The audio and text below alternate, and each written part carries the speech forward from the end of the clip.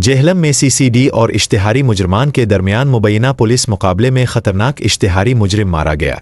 ये मुबैना पुलिस मुकाबला जेहलम की तहसील दीना में कायम इशाना हाउसिंग स्कीम में हुआ, जहां क्राइम कंट्रोल डिपार्टमेंट और इश्तिहारी मुजरमान के मुबैना पुलिस मुकाबले के दौरान खतरनाक इश्तिहारी मुजरिम मतलूब मुहाजिर अपने ही साथियों की फायरिंग से हलाक हो गया।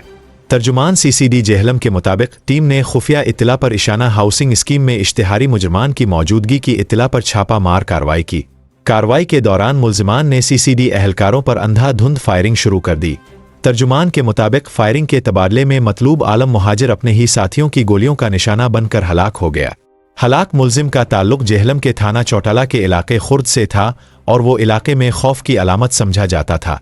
तर्जुमान ने मजीद बताया कि मतलूब आलम मुहाजिर कत्ल, डकैती, अगवा बराए तावान समेत मुतअद्दिद संगीन वारदातों में पुलिस को मतलूब था।